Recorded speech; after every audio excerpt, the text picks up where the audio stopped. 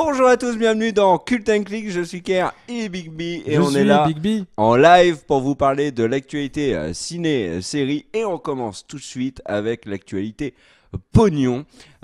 Sors-moi le billet et le box-office, donc avec les sorties américaines du week-end. On a eu un record historique comme chaque semaine à peu près aux États-Unis récemment. Non, je dis un peu n'importe quoi, mais c'est vrai qu'il y a eu beaucoup de records qui sont tombés en 2018. Et là, il y en a un nouveau, c'est le meilleur démarrage de l'histoire aux États-Unis pour un film d'animation pour Les Indestructibles 2, 14 ans après la sortie du premier. Donc c'était en 2004. On a donc la suite des aventures de la famille des Indestructibles avec 180 millions de dollars amassés ce premier week-end. C'est chelou, je reçois des sextos là sur ton truc là. J'étais pas prêt. Donc 180 millions ce week-end, c'est largement mieux que l'autre film qui avait jusqu'à présent le record de meilleur démarrage, qui était Le Monde de Dory. C'était il y a 2 ans, l'année dernière, 2 ans. Dory, ça fait déjà 2 ans. 1 an, 2 ans, 3 ans, 4 ans, 6 ans. Peut-être même que c'était au siècle, au millénaire passé. Dory, c'était 135 millions de dollars. Les Indestructibles démarrent très fort. Un petit point quand même sur les dernières sorties aux États-Unis. Ocean's 8, donc le nouveau film Ocean's avec un casting 100% féminin dont Rihanna, Anna Hathaway, Cate Blanchett, etc. Oh, c'est merveilleux, merci à toi. C'est une blague pour le secto. Hein. Là, t'as réglé la solution en quelques secondes, mais c'était parce une que blague. je voulais regarder ce qu'on m'a envoyé. Attends, Donc 79 millions de dollars pour Ocean's 8. Petit point solo, 192 millions de dollars pour le film aux États-Unis. Alors les chiffres pour l'international ne sont pas à jour sur le film Star Wars, mais là actuellement il serait aux environs de 350 millions de dollars. C'est extrêmement peu pour un film Star Wars. Et c'est pas la peine dans les commentaires de nous réexpliquer que le film est un succès commercial. Ça n'est pas vrai. Le film a coûté beaucoup plus cher à Disney. Et là, sur les 350 millions de dollars, Disney devrait récupérer un peu plus de 50% seulement. Donc ils sont grandement à perdre sur ce film. Après, ils vont se refaire avec les sorties DVD, Blu-ray, VOD, les ventes de droits de diffusion à la télé. Non, il sera jamais rentable. Ouais, je sais pas. Après, il y a quand même... Parce que t'as dit combien de budget ? Dans les faits, il est à plus de 250. Il est estimé à un peu plus de 250 vues. T'es sûr ? Parce que Non, c'est sûr, il est à 250. Ce que j'ai entendu, c'est qu'en gros, il était avec la promotion estimé à 450. Mais c'est ce que je dis, mais tu m'as pas laissé finir. Il est à 250 en budget, plus la promo, il est estimé à entre 450 et 500 millions. Donc là, il est très en dessous. Deadpool aux États-Unis, ça marche très fort, 294 millions de dollars pour la suite avec Deadpool 2. Et un petit point sur Avengers Infinity War, définitivement le gros succès de l'année 2018. Pour l'instant, on attend bien évidemment les chiffres de Jurassic World Fallen Kingdom, qui n'est pas encore sorti aux États-Unis au moment où nous parlons. Avengers, c'est 664 millions de dollars aux États-Unis. Donc quand on voit les 192 de Solo, il n'y a pas une match. Et Avengers Infinity War, c'est 2 milliards au box-office mondial. C'est le 4e plus gros succès de l'histoire du cinéma en termes de pognon, bien évidemment, pas en termes d'entrée, puisqu'il n'y a pas de prise en compte de l'inflation, notamment. Alors le premier, un petit rappel, c'est Avatar, le deuxième, c'est Titanic, et le troisième, c'est Star Wars The Force Awakens. Et dans une vidéo où je disais, donc c'était une vidéo débat, Avengers Infinity War peut-il battre Star Wars ? J'avais dit, et j'en suis assez fier, que le film allait s'approcher du réveil de la force, mais n'allait pas le dépasser. Donc pour l'instant, j'ai vu juste. Mais est-ce que tu es sûr que... Parce que quand on dit ces calculs-là, c'est souvent en prenant tout revenu. Donc là, on compare un film sorti versus un film tout revenu. Je comprends pas. Est-ce que non, là... c'est les recettes en salle. C'est les recettes en salle ? Oui. Ok. Oui, bien évidemment. Oui, ils sont. C'est vraiment recettes en salle. On n'enlève absolument pas la part des exploitants, ni les autres frais, tout ça. Il n'y a pas de prise en compte de l'inflation non plus. S'il y a inflation, bien évidemment, on se rend compte que les films de ces dernières années ne sont pas du tout les plus gros succès de l'histoire du cinéma.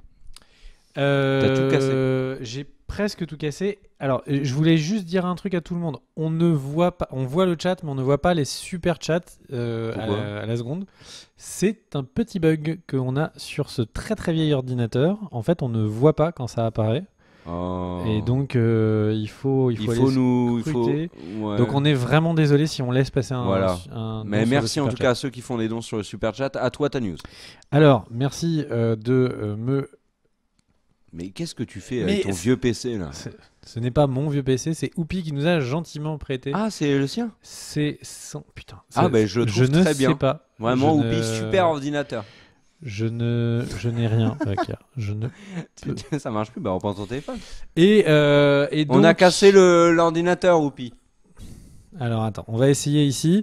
Alors, je vais vous faire des petites news faciles et vite fait, comme on dit. Ah oui, je veux bien ton téléphone. Là, Daniel.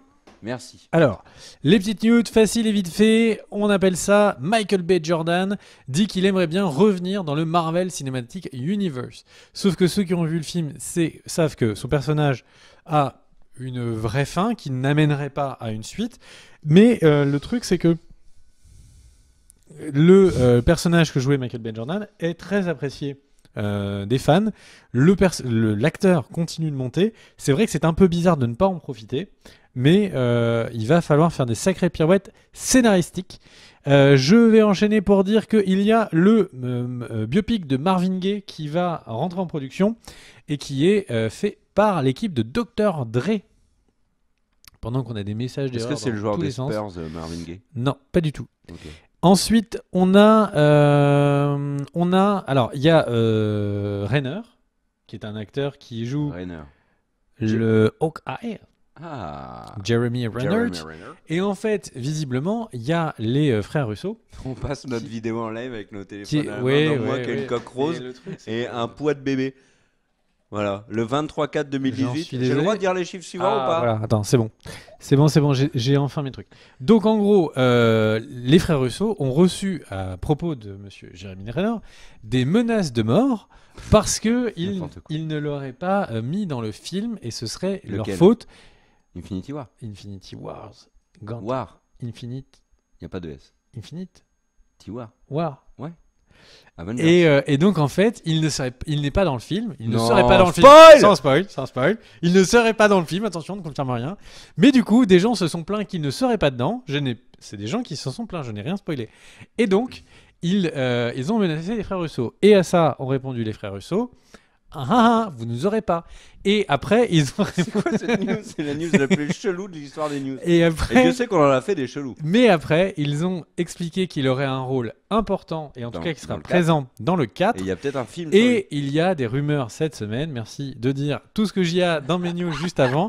Eh bien, il y a donc le fait qu'il y aura potentiellement un film spécifiquement sur Jeremy Renner. Ensuite, en tout cas sur son personnage. Ok. Moi, je vais faire pareil. Ça va être un mitraillage. Non, c'est trop chaud. Allez, vas-y, c'est ton tour. Alors, vas-y, reviens en arrière. T'es encore sous garantie avec ton ordinateur ou pire? Et Daniel, tu m'as filé ton téléphone, mais il s'est bloqué. Est-ce que tu peux me donner le code PIN ainsi que ton numéro de sécurité sociale et ta carte bleue avec le code, s'il te plaît? On nous a prêté ce Mac très gentiment, qui est un Mac qui a 15 ans. Ne faites jamais confiance au Mac. Je pense qu'il a 15 ans. Merci. Et du coup, là, les navigateurs Internet, ils connaissaient pas à l'époque. Moi, je vais vous parler de Batman, car la grosse news de la semaine, c'est que le film The Batman de Matt Reeves pourrait se faire sans Ben Affleck. Il devrait rentrer en tournage d'ici quelques temps. Pourquoi? Alors, vous savez que l'histoire d'amour entre Ben Affleck et la Warner sur le DC Universe, c'est pas non plus la fête du slip. Quand Ben Affleck est arrivé, il a été énormément critiqué par les fans qui souhaitaient sa mort sous les plus brefs délais, avant même qu'il ait montré quoi que ce soit. Des menaces qui se sont réitérées quand ils l'ont vu en Batman dans Batman vs Superman. Moi personnellement, je trouve que Ben Affleck en Batman c'est un web-off, mais c'est pas non plus une catastrophe. Et enfin, je veux dire, il s'en sort quand même mieux que Christian Bale. Enfin, je veux dire, qui ne s'en sort pas mieux que Christian Bale? Non, je déconne, arrête, tu vas me taper.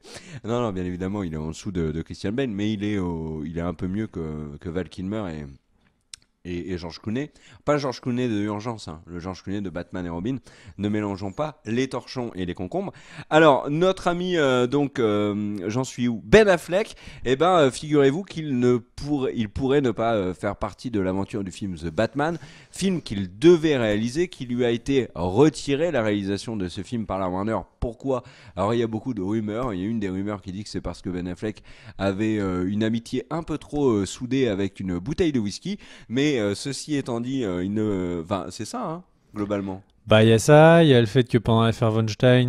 Oui, là aussi, oui, avec il Matt Damon, il a un peu, il a chié dans la colle. Et bref, Ben Affleck est pas loin de la porte de sortie dans donc l'univers d'ici, et Matt Reeves en fait travaille sur un Batman plus jeune, ce qui permettrait donc de, par exemple, garder potentiellement Ben Affleck, mais dans de quelques scènes du film, et de concentrer, et de vraiment de se centrer sur un Ben Affleck, sur Des un gens autre, me demandent, un autre acteur. mais où est la bague? Ils la refont, elle était pas à la taille. Ah ouais. Ouais, c'est l'angoisse. Ça m'a fait trop fait chier. Ouais. Ah, c'est ça Bon, laisse tomber. J'allais faire une blague sur ton intoxication alimentaire, mais non. Bah, c'est juste, elle voulait me la cacher dans un dessert. Je l'ai bouffé. Non, bon. Donc tu veux que j'enchaîne parce que je peux rebondir moi j'ai pas fini. de manière Non, assez intéressante. Non. En tout cas, Ben Affleck lui a plein de projets à venir. Il y avait une des rumeurs ces derniers jours qui disait que Jack Gyllenhaal allait peut-être remplacer Ben Affleck en Batman. Ça serait quand même sacrément ouf d'avoir Jack Gyllenhaal, qui est un acteur qu'on adore. Et même vous qui ne le connaissez pas, sachez que vous adorez Jack Gyllenhaal. Jack Gyllenhaal lui il a dit que dalle. Donc voilà, j'enchaîne avec le Joker parce que je reste dans l'univers DC, toi, ça permettra de rebondir sur Wonder Woman. Non, moi ce que je veux c'est parler de DC. Alors moi je veux parler du Joker parce qu'il y a la confirmation, l'officialisation d'un film centré sur le Joker, donc qui sera réalisé par Todd Phillips, qui est le monsieur qui a fait les Very Bad Trip, et qui sera produit par Martin Scorsese. Donc déjà l'alliance Todd Phillips, Very Bad Trip et Martin Scorsese, qui est mondialement connu pour avoir fait la série Vinyl. Et j'aime bien résumer des grands artistes à des trucs improbables. Et en fait, ce film est officiel. Petit budget, 55 millions de dollars, c'est peu, mais on peut quand même faire de très bonnes choses avec 55 millions de dollars. Par exemple, moi, si je les avais, je me ferais une super terrasse avec un bain moussant. Voilà, eux vont faire un film avec le Joker, et on a l'acteur qui va jouer le Joker, et il a été choisi. Le choix est un petit peu bizarre, mais c'est déjà lui qui avait pris les commandes de la saga Spider-Man. C'est lui également qui a pris les commandes de la saga Uncharted. C'est donc, vous avez compris, Tom Holland qui jouera le Joker dans ce nouveau film. Donc voilà, Tom Holland, et je lis également Gad Elmaleh en second rôle sur le film. Donc non, je déconne, c'est pas du tout lui, mais je voulais voir les réactions du chat. Non, c'est pas Tom Holland bien sûr, c'est Joaquin Phoenix, c'est quand même autre chose. Joaquin Phoenix, qui est un acteur extraordinaire. Acteur fétiche d'Anderson ou de Shyamalan, qui était un de mes acteurs préférés, qui était Maximus dans Gladiator, qui était dans Signe, qui était dans plein de trucs absolument génial, Inherent Vice, etc. Et dans Gladiator où il jouait un méchant, il était extrêmement intéressant. Ouais, et il va donc jouer le Joker sur l'origin story du Joker. Ça veut donc dire, mais attention, alors vous êtes en train de vous dire, mais c'est déjà fini, Jared Leto, mais il était extraordinairement nul dans Suicide Squad, ça serait quand même dommage qu'il puisse pas continuer de ravager le personnage dans d'autres films. Rassurez-vous, Jared Leto va revenir dans des films sur le Joker, notamment dans Suicide Squad 2, il y a des rumeurs comme quoi il apparaîtrait également dans le film avec Harley Quinn, et il y a des rumeurs aussi comme quoi il aurait un film solo sur lui, donc on aurait les origines du Joker avec Joaquin Phoenix, les origines du Joker avec Jared Leto. Alors t'affole pas. Je veux dire, là, ça tombe un jour, on va avoir les origines du Joker avec Dwayne Johnson. Alors ne t'affole pas, parce que du coup, il faut écouter la news suivante. Alors, tu sais quoi ? Je l'écoute. Donc cale-toi en arrière, prends ton pastis, c'est parti. Jamais de pastis, je bois jamais d'alcool. Déjà, on va remercier Punchy qui nous fait un don sur le super chat pour nous dire que on mériterait de faire plus de vues, et c'est à cause de Kerr, ça. Il oublie même de lui répondre sur Twitter. Oh, j'ai pas répondu à Punchy sur Twitter. Ouais. Et c'est vraiment pas bien. Bah, je fais ce que je peux, mais tu sais, moi, je reçois des centaines de milliers de messages par jour. Non, c'est pas vrai. Et il y a Johan sur le chat qui dit cette vidéo est nulle, il ne parle que de leur Tipeee. Alors du coup, c'est pas vrai. J'enchaîne. Je crois qu'on en a mentionné une fois. Non. Et donc, il est pas gentil, Johan. On va enchaîner sur la news d'ici. Alors d'ici, moi j'ai plein de trucs à vous raconter sur d'ici. Déjà, le premier truc pour vous parler d'ici, il faut que je vous parle de Warner. Et d'ailleurs. Parce que Warner, eh bien, Mais t'es sûr que tu veux faire ça maintenant et pas dans une vidéo spéciale d'ici ? Ouais, je suis sûr. T'es sûr de toi ? Je suis sûr que tout le monde parce s'en que fout ça ferait d'ici des maintenant. 200e de millionième de vues. C'est vraiment, ça serait un truc de ouf. C'est vraiment triste. Mais alors, qu'est-ce que nous a dit le chairman, donc c'est l'équivalent du président, celui qui est nommé par les actionnaires pour gérer Warner. Eh bien, Toby Emmerich a annoncé dans une interview à Entertainment Weekly. Je crois qu'on dit Emmerich. Et alors, moi, je dis Emmerich parce que je trouve que ça fait Toby Emmerich. Moi, je trouve ça sonne mieux. C'est un choix perso. Et donc, du coup, il dit à la question de qu'est-ce qu'il pense de pourquoi il a raison des échecs des films d'ici en critique. Et il a répondu quelque chose que je trouve incroyable. Si vous étudiez le cinéma, souvenez-vous toujours de la phrase de Toby Emmerich. Il dit « Je pense que les meilleurs films fonctionnent toujours mieux. I think the good movies work better. » Donc il est en train de dire que Les Tuches 3 est un super film. Il a cassé le game. Il a expliqué que, et donc il enseigne après, que de son point de vue, la meilleure business stratégie pour faire des films, c'est d'en faire de qualité. Il parle des films d'ici, de pourquoi ils ont fait des échecs. Et le truc, il explique que, en gros, dans un monde où il y a Rotten Tomatoes et où il y a autant une importance aussi importante des réseaux sociaux, un film qui n'est pas considéré de qualité au moment où il sort, eh bien, ne peut pas s'en tirer parce que le bouche à oreille gagnera. Et après, il dit qu'il ne pense pas que les films d'ici, individuellement, ne sont vraiment aussi mauvais que ce que tout le monde a dit, mais que à l'instant T où ils sont sortis, ils ne correspondaient pas aux attentes du public, les attentes de qualité du public. Donc, petit message, Toby Emmerich, complètement décomplexé, explique que les films qu'ils ont produits, en fait, ils étaient peut-être pas terribles. Non, il y en a. Non, Attends. non, je suis pas d'accord. Wonder Woman, Batman vs Superman, ça allait. Attends, calme-toi. Man of Steel, ça allait. Et donc, en fait, il y a vraiment que Suicide Squad qui va dans le ça mur. Donc ça c'est gentiment Warner qui commence à dire bon en fait mais à culpa c'était pas si bien. Pendant ce temps-là du côté d'ici c'est pendant ce temps-là à Veracruz il y a Geoff Jones qui était donc le Chief Creative Officer, donc c'est celui qui en gros s'occupe pas de la direction artistique mais de la cohérence de création de l'univers d'ici, a gentiment été renvoyé.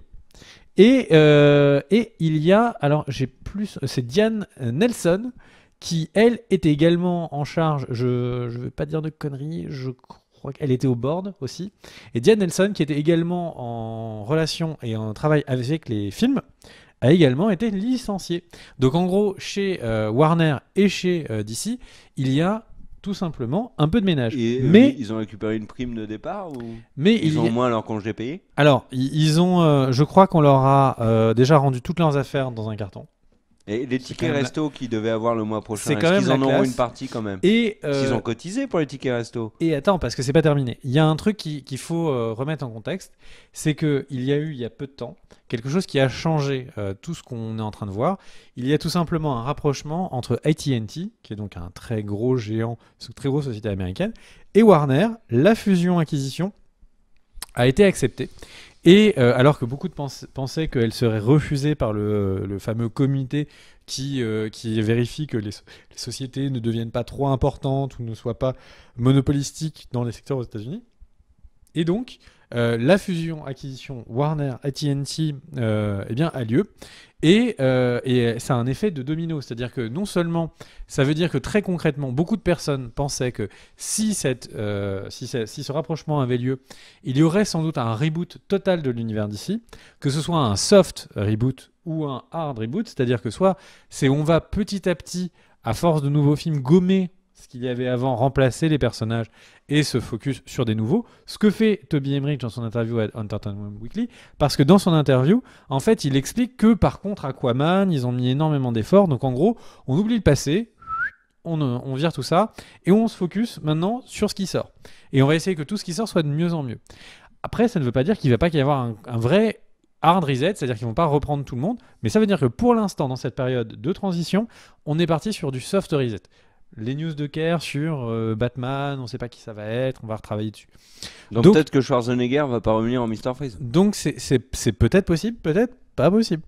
Et alors, le truc qui est l'effet de domino, c'est qu'en fait, il y a le rapprochement de AT&T et de Warner. C'est un rappeur, AT&T. Et le truc, c'est que en fait, à côté de ça, il y avait donc ce rachat dont vous parlez, donc Disney qui était en train de racheter Marvel. Non, ça c'est fait depuis longtemps. Et donc, Ils ont pas racheté. De quoi tu parles? Disney qui était en train de... pardon, je croyais la Fox. la Fox, pardon, oui, tu as raison. Et donc Disney qui est en train de racheter la Fox, qui avait fait une proposition de 52 milliards de dollars. Ouais.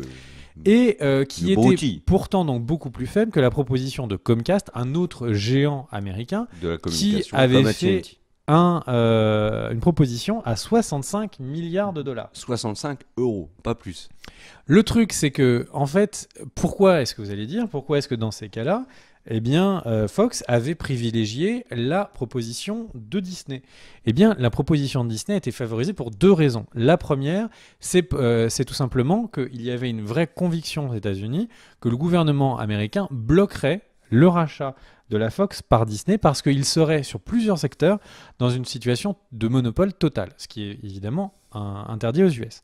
Le truc, c'est que la deuxième raison, et le fait que ce soit passé pour AT&T et Warner fait que maintenant il y a beaucoup de papiers qui sont en train de sortir en disant que du coup ça veut dire qu'en fait il n'y avait pas besoin de s'inquiéter et que si Comcast rachète Fox, ça passera.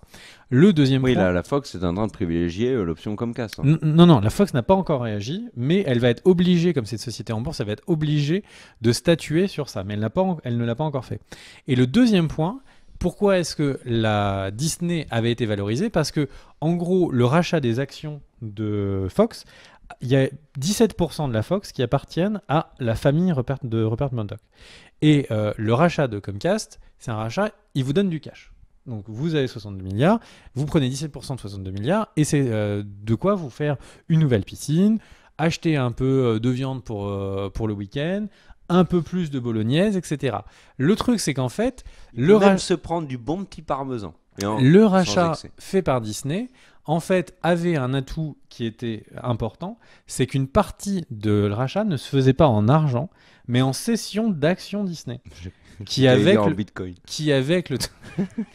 avec le temps potentiellement pourrait monter parce que Disney est extrêmement monté en valeur boursière et du coup l'un plus l'autre, le fait de penser que ce serait refusé et en plus le fait qu'il y avait cet attrait de pouvoir gagner plus sur la durée faisait que Disney avait la meilleure offre, sauf que là le rapprochement de Warner et AT&T remet les choses en cause. Le fait que Comcast a proposé plus remet les choses en cause et donc pourquoi je me permets de faire cette news un peu longue C'est vrai que c'était très long. Mais c'était intéressant ou pas? C'était très intéressant. Tout le monde s'en fout. Et donc le truc, c'est que pourquoi est-ce que j'en parle? Parce que clairement, en fait, depuis quelques temps, on n'arrête pas d'avoir des gens qui disent « Ah, mais on va voir les X-Men dans les films Avengers. On va avoir les X-Men qui vont entrer dans le MCU. » Si Comcast rachète la Fox, ce ne sera pas le cas. Et ce ne sera pas le cas pendant de très très longues années. Et du coup, vous pouvez même imaginer, parce qu'il y a beaucoup de séries aussi qui sont faites. En gros, il y a énormément de licences qu'on voyait déjà chez Disney, où il y avait déjà une partie des exécutifs qui disaient pas vraiment, mais un peu travailler dessus. Tout ça, c'est complètement remis en cause là tout de suite. Et ça crée non seulement du côté d'ici, un vrai appel d'air, on vous l'a dit, il y a des personnes qui sont licenciées en ce moment. Et à côté de ça, du côté Marvel, ça fait un vrai stop total sur la discussion de est-ce que les personnages de chez Marvel qui appartiennent en droit à la Fox seront intégrés au MCU ou pas. Voilà, moi je trouvais ça intéressant, je vais vous en parler. Ouais, et ben moi j'ai une dernière petite news pour vous dire que il y a 2-3 infos sur Game of Thrones mais sans spoil. Alors il paraît que Kit Harington a beaucoup pleuré à la fin du tournage.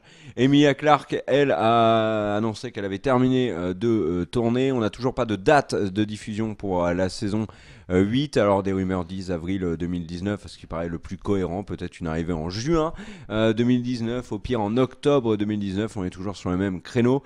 En tout cas, une petite info, c'est que le premier épisode devrait durer 70 minutes. On avait donc tablé davantage sur des épisodes de 80 à 90 minutes pour les 6 épisodes de la saison 8. Déjà, le premier est un petit peu plus court. On aura peut-être une saison finalement un peu plus courte que l'on ne l'imaginait. Sauf si peut-être on a des derniers épisodes qui sont très longs, style un series final à 2 heures. C'est possible. Hein. C'est tout à fait... 2 heures peut-être pas, mais 1h50, 1h40, pourquoi pas. Voilà. Moi, je veux terminer sur une news hyper rapide et une news malheureusement drôle. Alors, je fais très vite pour ma news rapide. Le réalisateur qui s'appelle Stefano Sollima, qui est celui qui est actuellement en train de faire Sicario 2. Il fait la promo là. Et qui va enchaîner sur Call of Duty, et bien répondu à la question de comment est-ce qu'il va gérer le film Call of Duty. Il a dit qu'il voulait faire pour la première fois un film qui se base vraiment au niveau des soldats et pas de grande guerre.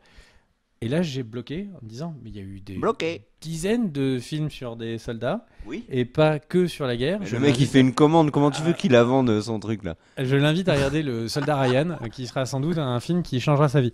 Ou La guerre des boutons, également un film sur la guerre, mais qui était pas plus sur sur une la grande guerre. guerre. Mais est-ce que c'était vraiment la nôtre? Oui. Le deuxième truc, alors c'est une news qui est là, t'as vendu du rêve, t'as dit que t'as dit bêtement drôle. En fait, Terry Gilliam, que vous connaissez, qui est le réalisateur des films des Monty Python, a depuis des décennies l'envie de faire le film sur Don Quichotte. Bah, il l'a fait déjà.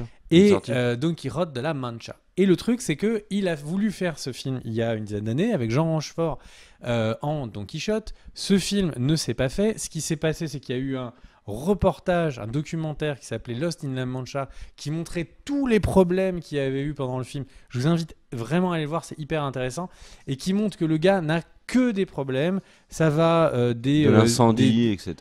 Voilà, il y a des incendies, il y a l'endroit où il tourne, et d'un seul coup, il y a une base aérienne qui décide de faire des tests au-dessus, et donc ils reprennent les droits sur les terres et le virent. C'est les costumes qui se cassent parce qu'il y a un tout petit défaut de fabrication qui font que dès que les acteurs bougent, les parties un peu dures des costumes se pètent complètement. Bref, il faut pas que bouger. des trucs de ouf, et évidemment... Regarde, un Gosling, il bouge pas beaucoup dans ses films. Et évidemment, ça termine par son acteur qui a une sciatique, qui peut plus monter sur un cheval. Donc du coup, Don Quichotte, c'était un peu difficile. Mais il a perduré. Il a vraiment, il s'est dit que avant sa mort, il ferait ce putain de Don Quichotte. Il tourne le film. On a les trailers en salle.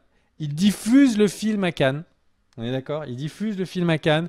Le film, je sais même pas d'ailleurs s'il y a eu des bons retours ou pas. Mais il est sorti le film au cinéma. Et le truc, c'est qu'en fait, à la cour d'appel de Paris, eh bien, le producteur du film précédent de Don Quichotte a obtenu gain de cause, à savoir de qui possédait les droits du bouquin Don Quichotte, et donc de son adaptation.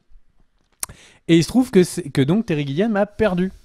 Oui, mais il est sorti quand même. Et donc, Terry Gilliam a perdu, et c'est le producteur de l'ancien de l'autre film, c'est Paul Blanco, qui du coup possède les droits, et il peut décider à l'heure actuelle de faire retirer le film de salle parce que c'est lui qui en possède les droits. Ouais, mais il le fera pas. En plus, Gilliam, il a eu un énorme problème de santé juste au moment de la sortie du film. Il a failli mourir. Terry Gilliam? Ouais. Putain. Ah ouais, le mec, il a... Et donc, Jean là, Rochefort est mort, donc il l'a remplacé par un acteur de Game of Thrones. Et Adam Driver, qui apparemment est excellent dans ce film. Il faut vraiment imaginer que c'est quand même le truc le plus fou que j'ai jamais entendu. C'est-à-dire que le mec, il est après la ligne d'arrivée. C'est-à-dire que son film, il est diffusé, il y a les trailers. Et ben non. En fait, il y a un problème de droit, on peut lui retirer les droits, le film peut être sorti de salle tout de suite. Ok, merci. C'était les news. On vous remercie d'avoir regardé cette partie. Si vous êtes en live, ça continue juste après. Si vous êtes en VOD, n'oubliez pas le petit pouce vers le haut. On vous fait des bisous et à très bientôt. Ciao.